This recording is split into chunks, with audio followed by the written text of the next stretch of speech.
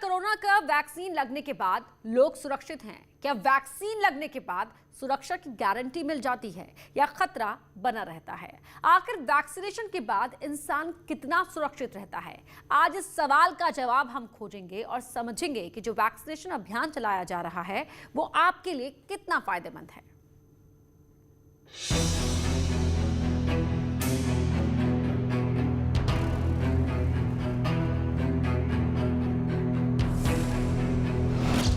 Vaccine से सुरक्षा कितने दिन?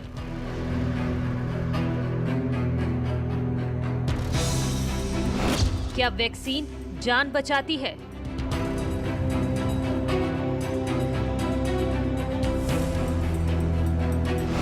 क्या वैक्सीन की 2 डोज जिंदगी के लिए काफी हैं?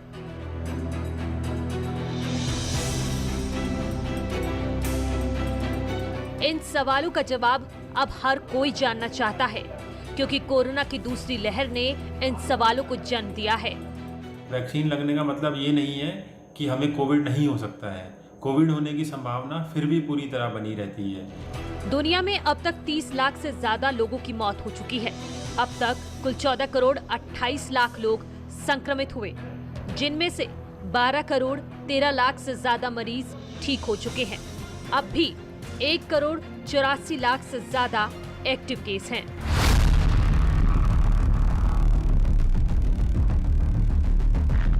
ज्यादातर लोग ठीक हो रहे हैं, लेकिन अभी भी कोरोना लोगों की जान लेने पर तुला है।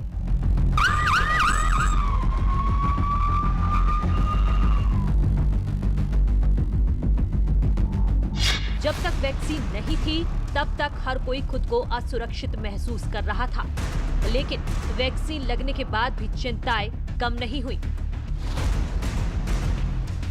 भारत कोरोना से प्रभावित दुनिया का दूसरा बड़ा देश है। अमेरिका के बाद भारत में सबसे ज्यादा कोरोना का असर है। पिछले एक हफ्ते से हर रोज 2 लाख से ज्यादा नए मामले सामने आ रहे हैं। ऐसा तब हो रहा है जब हिंदुस्तान में बड़े पैमाने पर वैक्सीनेशन का अभियान चलाया जा रहा है। भारत में अब तक 12 करोड़ 38 लाख 53 हजार से ज्यादा लोगों को वैक्सीन दी जा चुकी है। फिर भी कोरोना के मामले बढ़ते जा रहे हैं। लखनऊ से लेकर दिल्ली तक जिनको वैक्सीन लगी है वो भी दोबारा संक्रमित हो रहे हैं। महाराष्ट्र में 1 करोड़ 22 लाख 74 हजार लोगों को वैक्सीन दी गई है, लेकिन यहाँ भी वैक्सीनेशन के बाद कोरोना हो रहा है।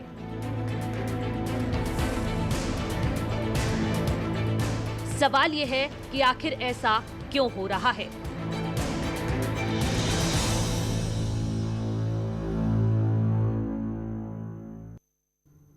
हिंदुस्तान में वैक्सीन आने के बाद कुछ लोग ये समझते हैं कि स्थितियां पहले से बेहतर हुई हैं। आखिर ये समझ क्यों बन रही है, जबकि कई लोगों को दोनों ही डोज लेने के बाद भी कोरोना हो जा रहा है? इस बात को समझने के लिए सबसे पहले जानिए कि वैक्सीन लगने के बाद कोरोना क्यों होता है।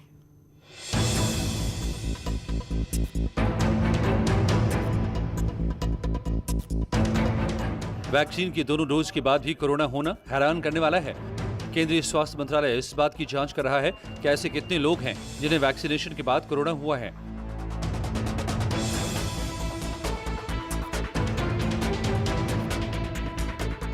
अभी हाल ही में लखनऊ के केजीएमयू के करीब 40 डॉक्टर वैक्सीन लगवाने के बाद संक्रमित हो गए थे। दिल्ली के एम्स से भी ऐसी खबरें आई।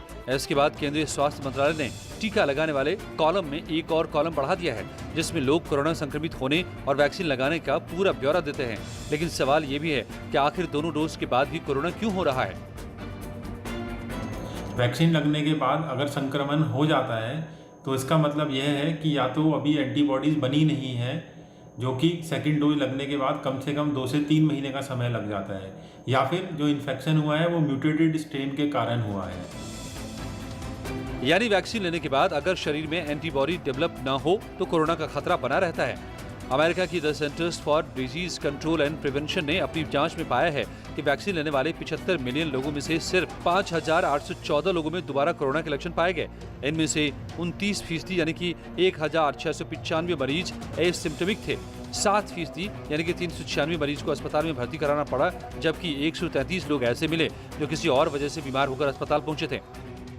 इसका मतलब ये हुआ कि वैक्सीनेशन ने लोगों को दोबारा गंभीर कोरोना की चपेट में आने से बचा लिया।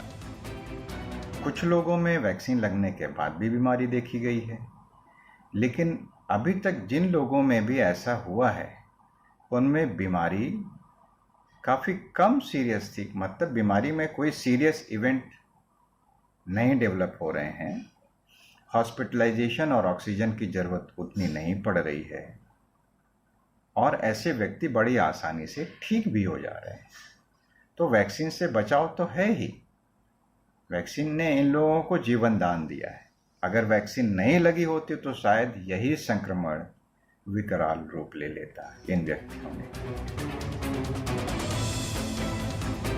फिर भी भारत में सरकार का निर्देश है कि जिनको कोरोना का टीका लग गया है वो मास्क का इस्तेमाल करें और सोशल डिस्टेंसिंग का पालन करें। वहीं अमेरिका ने भी अपनी जनता के लिए कोरोना वैक्सीन के मद्देनजर नई गाइडलाइन जारी की है। नए निर्देशों के मुताबिक जिन लोगों को कोरोना का टीका लग चुका है वो घर पर बिना मास्क और सोशल डिस्टेंसिंग के दूसरे लोगों के साथ मिलजुल सकेंगे, बशर्ते ऐसी जगह पर जमा सभी लोगों को कोरोना का टीका लग चुका हो। यानी कोरोना का टीका एक तरह से सुरक्षा कवच के रूप में काम कर रहा है।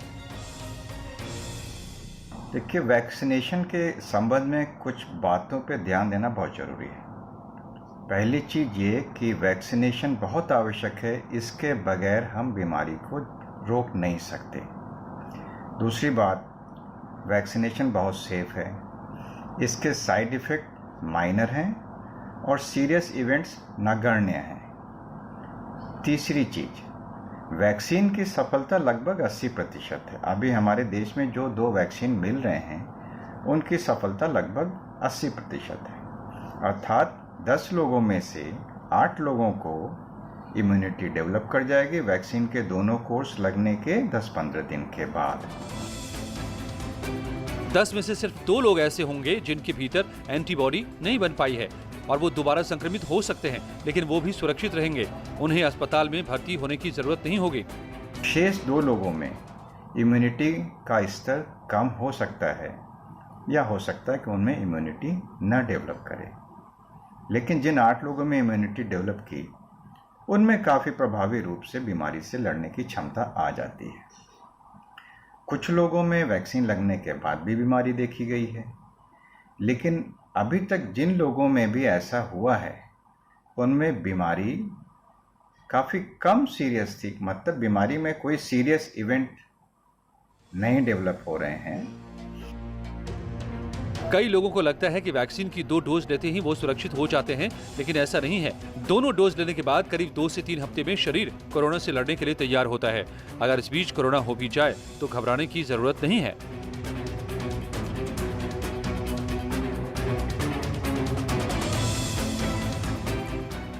अब तक आपको ये साफ हो गया होगा कि वैक्सीन ही बचाव है। भले ही वैक्सीनेशन के बाद कई लोग कोरोना की चपेट में आ जा रहे हैं, लेकिन उनको भी वैक्सीन प्रोटेक्ट करती है।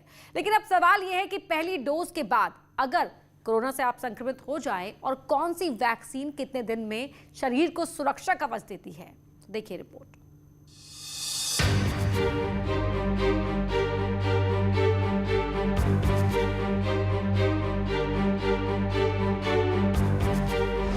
देश में 12 करोड़ से ज्यादा लोगों को वैक्सीन।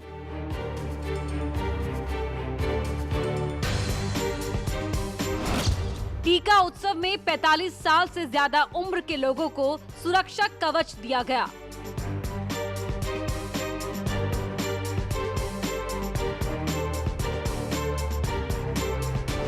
अब 18 साल से ज्यादा उम्र वालों को लगेगा टीका।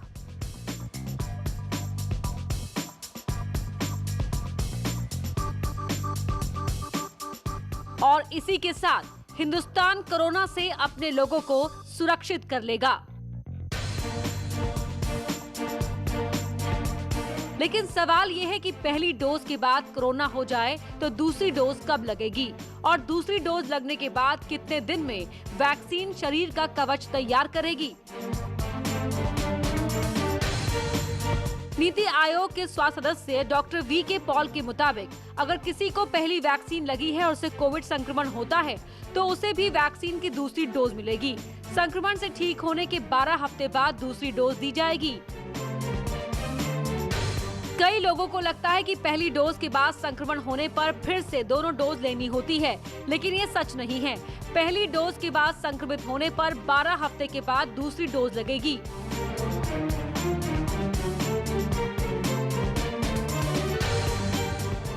दोनों डोज लगने के बाद वैक्सीन 2 से 3 हफ्ते में प्रोटेक्शन तैयार करती है। कोवैक्सीन कम से कम 3 हफ्ते में सुरक्षा घेरा तैयार करती है, तो कोविशील्ड दूसरी डोज के बाद 2 हफ्ते में शरीर को 70% सुरक्षित कर देती है। वैक्सीन कोरोना को गंभीर होने और डेथ से बचाती है। अब आपका सवाल होगा कि आखिर ये दावे किस आधार पर किए जा रहे हैं? वो कौन सी संस्था है जिसने इस पर रिसर्च किया है? अमेरिका की CDC और ब्रिटेन की एजेंसियों की जांच में वैक्सीन को बेहतर बताया गया है। The Indian council of medical research ने भी अपनी स्टडी में दावा किया है कि कोरोना के खिलाफ वैक्सीन कारगर है। 16 जनवरी से इस पर अध्ययन हो रहा था। वैक्सीन के प्रभाव को लेकर बारीकी से स्टडी की गई और एक्सपर्ट भी मानते हैं कि वैक्सीन कोरोना से बचाती है, लेकिन जिन्हें वैक्सीनेशन के बाद भी कोरोना हो गया है, उन्हें चिंता करने की जरूरत नहीं है। देश में बढ़ते कोरोना संक्रमण के बीच प्रधानमंत्री नरेंद्र मोदी ने लोगों से अपील की कि बिना जरूरी काम के घर से बाहर ना निकले। साथ ही लॉकडाउन को अंतिम विकल्प बताते हुए उन्होंने कहा कि देश में अभी लॉकडाउन नहीं लगेगा। लोगों से वैक्सीन लगाने की भी अपील प्रधानमंत्री ने की।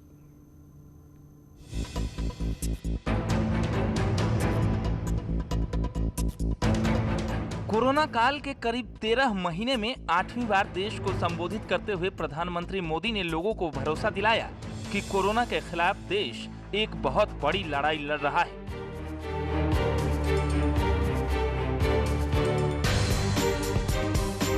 सरकारी अस्पतालों में मुफ्त वैक्सीन मिलती रहेगी, जिसका फायदा, जैसा मैंने कहा, हमारे गरीब परिवार हो, हमारे मध्यम वर्ग, निम्न वर्ग के परिवार हो, वो उनका लाभ उठा सकेंगे।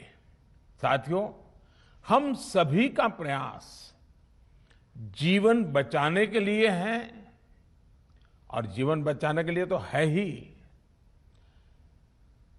प्रयास से भी ये है कि आर्थिक गतिविधियां और आजीविका कम से कम प्रभावित हो। प्रयास का तरीका यही रखा जाए। पीएम मोदी ने कहा कि सबसे सस्ती वैक्सीन भारत में है। 2 मेड इन इंडिया वैक्सीन के साथ दुनिया का सबसे बड़ा टीकाकरण देश में चल रहा है।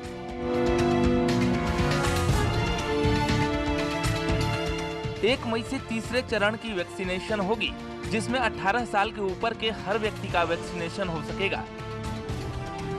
1 मई के बाद से 18 वर्ष के ऊपर के किसी भी व्यक्ति को वैक्सीनेट किया जा सकेगा।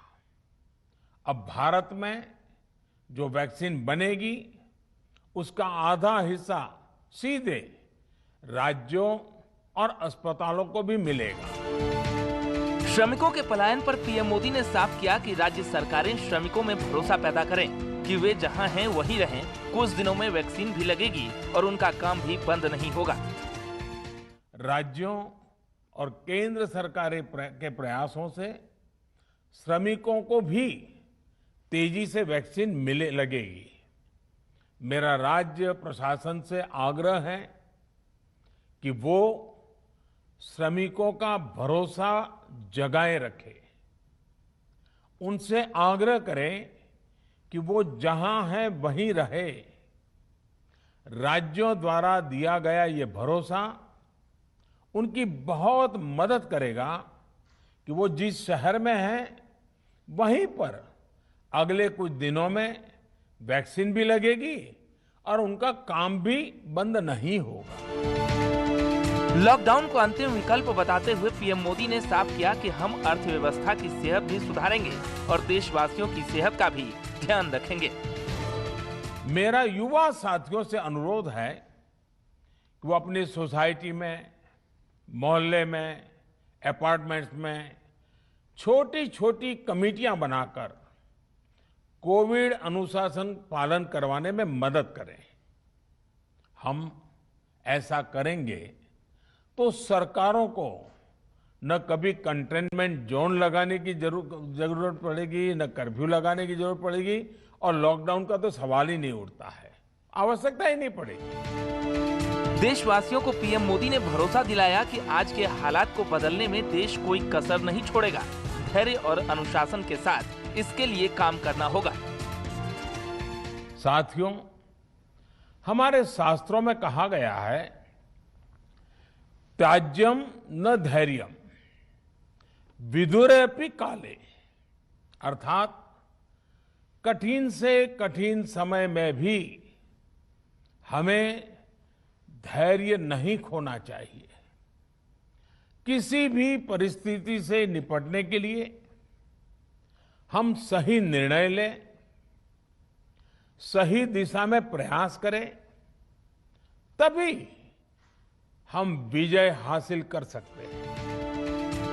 कुल मिलाकर प्रधानमंत्री मोदी ने साफ कर दिया कि देश में अभी लॉकडाउन नहीं लगेगा। हालांकि बढ़ते आंकड़े जरूर डरा रहे हैं, लेकिन लोगों को घबराने की जरूरत नहीं है। Bureau report, news 18।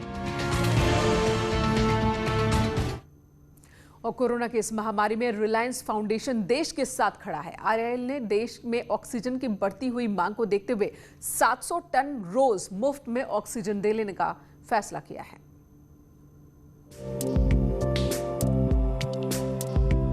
Reliance industries ने गुजरात के जामनगर तेल रिफाइनरियों में मेडिकल ग्रेड के ऑक्सीजन का उत्पादन बढ़ा दिया है।